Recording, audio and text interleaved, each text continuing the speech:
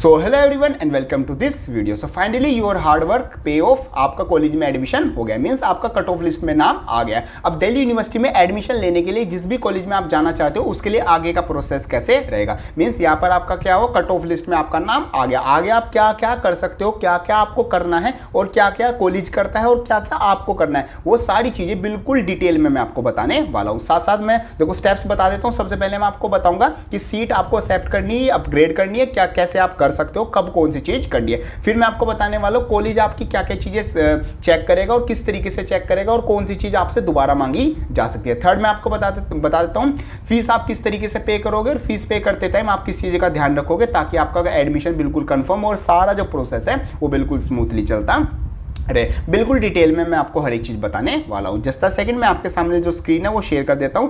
Example लेके screen आपके सामने आ गई होगी, एग्जांपल लेके हर एक चीज मैं आपको प्रैक्टिकली करके दिखाऊंगा। ठीक है, देखो यहां पर आपने एक प्रेफरेंस लिस्ट बनाई थी। प्रेफरेंस लिस्ट में मैं आपको मान लेता हूं आपको 6 नंबर का जो कॉलेज है वो LSR lady Shri Ram college आपको मिल गया। ठीक है, अब यहां पर आपको क्या हो सकता है, कट ऑफ लिस्ट में आपका नाम आया, LSR आपको मिल गया। आपके पास यहां पर अब दो ऑप्शन है। दो ऑप्शन क्या है, आप या तो सीट को एक्सेप्ट कर सकते हो, ठीक है मेरे को यही कॉलेज चाहिए, और आगे का प्रोसेस फॉलो कर सकते हो जो कि मैं वीडियो के अब आगे बताने वाला हूं। या फिर आप क्या कर सकते हो, नहीं मेरे को अपग्रेड करना है, मेरे को LSR नहीं चाहिए, मेरे को जो ऊपर के जो मैंने हायर प्रेफरेंस पे कॉलेज फिल कर रखे वो मेरे को कॉलेज चाहिए, क्योंकि मेरा मतलब कि मार्क्स उनके जितने ही है, नेक्स्ट राउंड में मेरे मार्क्स कट ऑफ से ज़्यादा आ जाएंगे। तो आप यहाँ पर क्या कर सकते हो, यहाँ पर आप कर सकते हो अपग्रेड। अपग्रेड आप जैसे करोगे, अपग्रेड करते ही जो नीचे के सारे कॉलेज है वो आपसे क्या लिए जाएंगे, छीन लिए जाएंगे, मतलब हटा दिए जाएंगे आपकी प्रेफरेंस लिस्ट से। और जो ऊपर के जितने भी कॉलेज है उन सब में आप क्या कर सकते हो, रीशफल कर सकते हो। रीशफल का मतलब है उन्हीं कॉलेज को आगे पीछे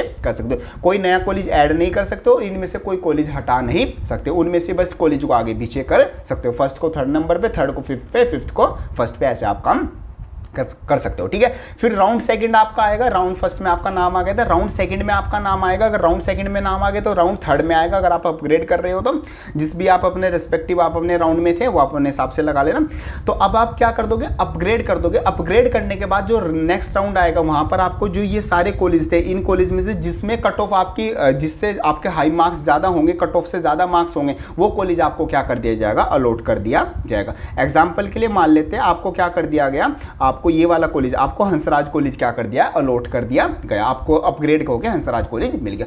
अब आपको क्या करना होगा, ये हंसराज कॉलेज एक्सेप्ट ही करना होगा। अगर आप इसको एक्सेप्ट नहीं करते तो आप एडमिशन प्रोसेस से बाहर हो जाओगे, आपको हंसराज कॉलेज लेना ही पड़ेगा। क्यों, क्योंकि आपको अपग्रेड करके ये मिला है, इसको एक्सेप्ट कर लोगे। ठीक है, यहां पर आपने एक्सेप्ट किया था और यहां पर भी आपने फाइनली क्या कर दिया, एक्सेप्ट कर दिया। अब एक्सेप्ट करने के बाद आपके साथ क्या क्या होगा वो हम चीजें समझते हैं। ठीक है जी, एक्सेप्ट करने के बाद मतलब सिंपल आप डैशबोर्ड में ये सब चीज़ें दिखेंगी और फिर आप चीज़ क्या कर लोगे, एक्सेप्ट कर लोगे। एक्सेप्ट मैंने आपको बता दिया, साथ साथ अपग्रेड मैंने बता दिया। अब अपग्रेड और एक्सेप्ट करने के बाद आपके पास क्या ऑप्शन आएगा, आपने क्या किया, सबसे पहले एक्सेप्ट हो गया। ठीक है, मैं सारी चीज़ें लिख देता हूँ। एक्सेप्ट आपने किया, जैसे ही आप एक्सेप्ट करोगे आपके जो आपकी इन्फॉर्मेशन है और जो भी आपकी डिटेल्स है वो सब किसके पास चली जाएगी, उस कॉलेज के, उस रेस्पेक्टिव कॉलेज के पास चली जाएगी। कॉलेज में आपको क्या होगा, कॉलेज में आपकी होगी चेकिंग। ठीक है जी, चेकिंग का मतलब कि वहाँ पर आपकी सारी चीज़ चेक की जाएगी। बेसिकली आपके मार्क्स चेक किए जाएंगे, जो आपका CUT का स्कोर है, क्लास 12 के मार्क्स है, साथ साथ आपके जो सब्जेक्ट्स हैं वो सब कुछ चेक होगा। साथ साथ आपके जो सर्टिफिकेट है, ठीक है जी, राइटिंग पर मत जाना, मैं चीज़ों को समझ लो, जो आपके सर्टिफिकेट्स हैं वो आपको चेक होंगे। साथ साथ आपका क्या होगा, आपकी हर एक चीज़ मतलब कि जो मिनिमम एलिजिबिलिटी क्राइटेरिया है उस सब्जेक्ट के लिए, फॉर एग्जाम्पल आप BSc फिजिक्स लेना चाहते हो तो जो उस चीज़ के लिए मिनिमम एलिजिबिलिटी क्राइटेरिया है कि क्लास 12 में भी फिजिक्स होनी चाहिए, CUT में फिजिक्स का एग्जाम दे के आना चाहिए, ये सब चीज़ें क्या की जाएंगी, चेक की जाएंगी। अगर ये सारी चीजें चेक की जाती हैं तो आपका जो कॉलेज है वो आपकी सीट को क्या कर देगा, अप्रूव कर देगा। अगर इनमें से कोई भी प्रॉब्लम आती है तो वो उस सीट को क्या कर देगा, रिजेक्ट कर देगा और आप एडमिशन प्रोसेस से क्या हो जाओगे, बाहर हो जाओगे। बट इस अप्रूव और रिजेक्ट के बीच में एक जो चीज आती है वो आ जाती है क्वायरीज रिस्पॉन्ड। क्वायरीज रिस्पॉन्ड का मतलब क्या होता है, देखो अगर आपकी सारी चीजें बिल्कुल ठीक है और सब चीजें आपको परफेक्ट है तो जो आपकी सीट है वो अप्रूव हो जाएगी और कॉलेज में आपको सिंपल फीस पे करनी होगी, वो मैं आपको बताऊंगा। ठीक है, और अगर आपकी मतलब कि चीज़ें में कुछ प्रॉब्लम नहीं मिली, मतलब आपका जो सर्टिफिकेट है वो सही से शो नहीं हो रहा, वहाँ पर कुछ ब्लर आ रहा है या फिर वो इतने क्वालिटी का नहीं है, तो आपसे क्या कहेगा, क्वायरीज रिस्पॉन्ड। क्वायरीज रिस्पॉन्ड क्या होता है, CSCS पोर्टल में एक साइड में आपको डैशबोर्ड में शो हो जाएगा क्वेरीज रिस्पॉन्ड। वहाँ से क्वेश्चन जो आपके जो कॉलेज है, रेस्पेक्टिव कॉलेज जिसमें आपका एडमिशन हुआ है, वो आपसे क्या पूछेगा, वो आपसे क्वेश्चन पूछेगा कि या आपको कहेगा कि ये वाले आपका जो सर्टिफिकेट है, कास्ट सर्टिफिकेट या कोई भी आपका XYZ सर्टिफिकेट है, ये अच्छे से शो नहीं हो रहा, आप इसको क्या करो, रीअपलोड कर दो। तो इस टाइम पे आपको बहुत ज़्यादा एक्टिव रहना है। अगर आप उसको रीअपलोड नहीं करते तब भी आपका एडमिशन कैंसिल हो जाएगा, ध्यान रखना। और टाइम से आपको क्या करना है, वो रीअपलोड करना है। तो आपने रीअपलोड या कोई भी चीज़ उन्होंने पूछी, आपने उनको बता दी, और बताने के बाद आपकी जो सीट है वो क्या हो गई, वो अप्रूव हो गई। सीट अप्रूव होने के बाद सिंपली आपको क्या करना है, आपको जो फी है वो पे कर देनी है, ठीक है। फी पे करते टाइम आपको किन किन चीज़ों का ध्यान रखना है। सबसे पहले एक अच्छा कनेक्शन यूज़ करना, क्योंकि काफ़ी स्टूडेंट फी पे करते हैं, उनकी कैंसिल हो जाती है इस वजह से काफ़ी बच्चों के एडमिशन भी रुक जाते हैं, ठीक है।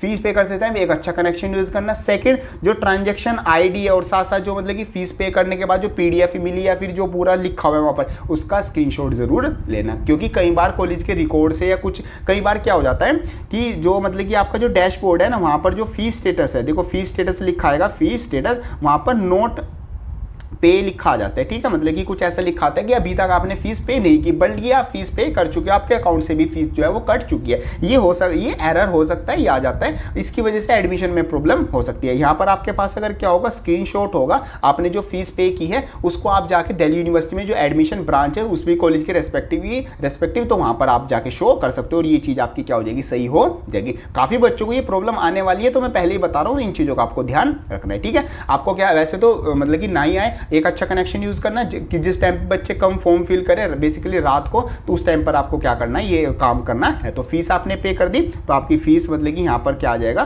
कंफर्म मतलब कि लिखा आ जाएगा, फीस स्टेटस फीस पेड, ठीक है, ये लिखा हुआ आ जाएगा। जैसे ही आपकी फीस पे हुई, बस आपका वहां पर काम कंप्लीट हो जाता है। अब आपको मतलब कि बस आपको उस दिन का इंतजार करना है जब या तो कॉलेज की तरफ से मेल आएगा या फिर कॉलेज की वेबसाइट पर लिखा हुआ आ जाएगी, इस दिन से आपकी जो क्लासेस हैं वो स्टार्ट होंगी, और बस उस दिन से आपको कॉलेज में जाना है। और कॉलेज में क्या क्या लेके जाना है, कॉलेज की शॉपिंग कैसे होगी, उसके लिए आप ये वाली वीडियो जरूर देख लेना। और साथ साथ अगर आप किस कॉलेज में जाने वाले हो उसका कैंपस टूर आप पहले ही कर लो, पहले ही पता चल जाए ना कौन सी चीज़ कहाँ पर है, ताकि कोई सीनियर रैगिंग ना करे। वैसे दिल्ली यूनिवर्सिटी में जो रैगिंग है और जो ये सारी चीजें ये बिल्कुल बैन है, कोई किसी का कुछ नहीं कर सकता, बिल्कुल आपका मतलब बहुत अच्छा माहौल है, ठीक है। बाकी जो कैंपस टूर की वीडियो वो जरूर देख के जाना अपने रेस्पेक्टिव कॉलेज की, उससे आपकी काफी मदद होगी, ठीक है।